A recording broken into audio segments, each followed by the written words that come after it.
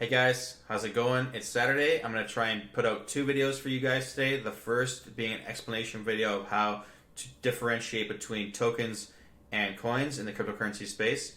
And the second one will be a how-to tutorial, which I'll be posting later today. So if you guys are enjoying the content on the channel, don't forget to hit the like and subscribe buttons and hit the bell as well to be notified anytime there's a new video. Okay guys, so coins versus tokens. Now there's a pretty simple way to break these two down.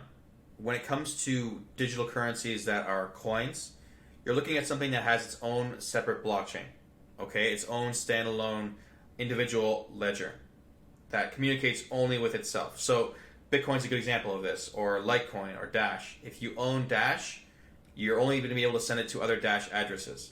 Same with Litecoin. If I purchase Litecoin, I can only store it on a Litecoin address, okay? So all of these digital currencies, these coins, are basically modifications of the Bitcoin blockchain that have basically become their own standalone blockchains, okay? So they're all separate from one another. They can't communicate together, okay? When it comes to tokens, essentially it's built on an existing platform. So let's say, for example, here, if we go to the left-hand side of my screen, we look at Chainlink for one, right? Chainlink is a digital token that is built on the Ethereum blockchain, okay? So it's not its own standalone blockchain. It's using the Ethereum tech to build its application, okay? So if we go back to the CoinMarketCap side here, this website actually breaks down the two for you. So if I go to this little drop down arrow, I can go to coins only and I can hit top 100. And now it's going to give me the top 100 coins by market cap, okay? So when I go to this list, I know if I want to buy any of these different coins that I need to find a Dash wallet to store my Dash on. I need to find a Zcash wallet to store my Zcash on, right? They're all individual blockchains. When I go to tokens, I hit top 100. You can see the list here of the top 100 tokens and what they're built upon. Okay, so Chainlink is built on the Ethereum platform. Same with Huobi token, Maker. Ethereum is the main platform that all these dApps are currently building on.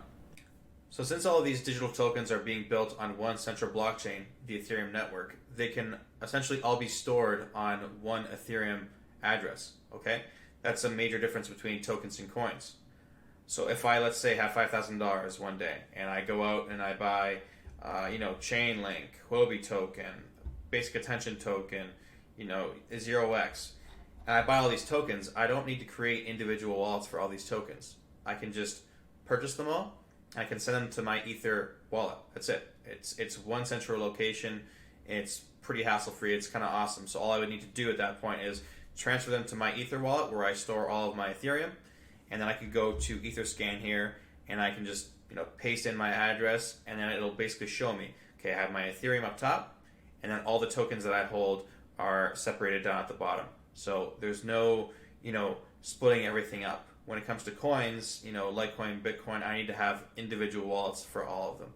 Okay, so it's nice to know, like CoinMarketCap here provides, which ones are tokens. That way I can store all these in one spot, and which ones are coins that I need to find individual wallets for.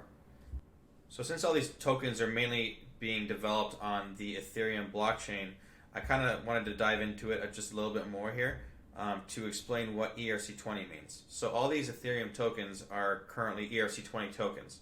Now, what's ERC20?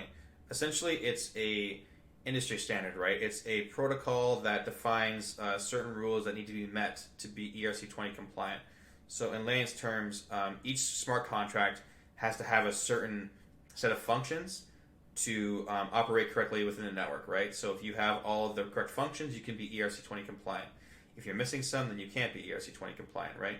For example, it's like HTTP when it comes to websites. All the websites that are out there are HTTP based. That way they can communicate effectively on the internet, right? There's no issues when visiting websites and them not working. It works the exact same way. And that's it, guys. That's basically explaining what the difference between coins and tokens are. Again, guys, if you're enjoying the content, just hit like and subscribe, and I'll see you later today with a tutorial video.